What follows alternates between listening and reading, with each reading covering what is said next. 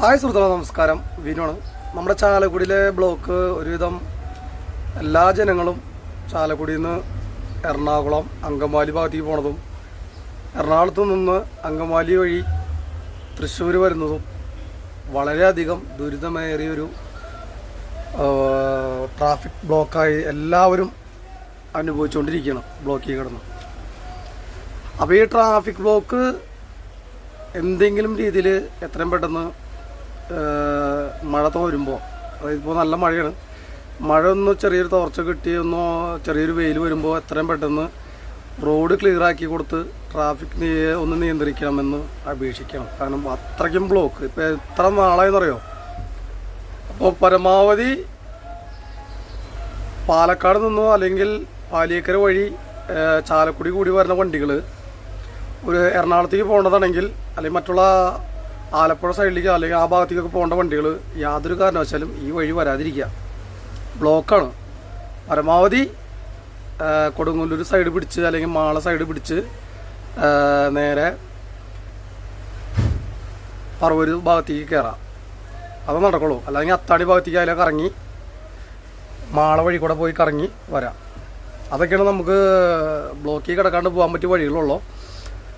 അപ്പോൾ ഈ block, ദുരിതമേറിയ block എത്രയും പെട്ടെന്ന് നമ്മുടെ തൃശ്ശൂർ, പാലിയേക്കര, ചാലക്കുടി, കൊരട്ടി, അങ്കമാലി റൂട്ടിലുള്ള ബ്ലോക്കാണ് കാണുന്നത്.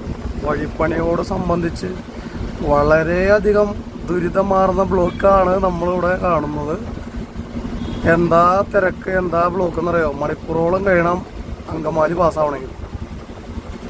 ഇതൊക്കെ പണ്ട് ചെയ്തതുണ്ടല്ലോ, പിന്നെ ഈ പാലൊക്കെ പണ്ട് ഫ്ലൈ ഓവർ പണി കഴിച്ച് അടിയക്കോടെ വണ്ടികൾക്ക് പോണ കേസ് ഇവർക്ക് അറിഞ്ഞൂടായിരുന്നോ? മണ്ടന്മാരാണ് ഇവർ.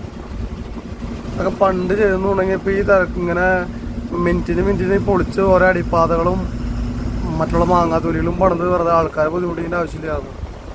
ഒരു കാര്യം ചെയ്യുമ്പോൾ അതനുസരിച്ച് ചെയ്യണം. ഇതവർക്കറിയാം. അത് നല്ല രീതിയിൽ ചെയ്ത് കഴിഞ്ഞാൽ രണ്ടാമത് പണിയാ പൈസ കിട്ടില്ലല്ലോ അല്ലേ. അടിപ്പാത നല്ല കാര്യമാണ്, അടിപ്പാതകൾ കാര്യങ്ങളൊക്കെ ചെയ്യണത്. പക്ഷേ ഇതൊക്കെ മുന്നേ ചിന്തിക്കണമായിരുന്നു. ഇപ്പൊ പണിയൊന്നും പണ്ടെന്നേരം അതറിയോ. ഇനിയും ചിന്തിക്കണം. ഇനി ഇതിനേലും ഇത്തിരി കൂടി വലുതാക്കാണ്ടാവും. കാരണം ഇനി വരുന്ന തലമുറ ഇതിനേലും വണ്ടികളും ജനസംഖ്യകളും ഒന്നിനൊന്നിന് ഒരു ദിവസം 2 ലക്ഷക്കണക്കിന് വണ്ടികൾ ഇറങ്ങുന്നുണ്ട്. അപ്പൊ ആ വണ്ടികൾക്ക് ഓടാനുള്ള റോഡ് വേണ്ടേ?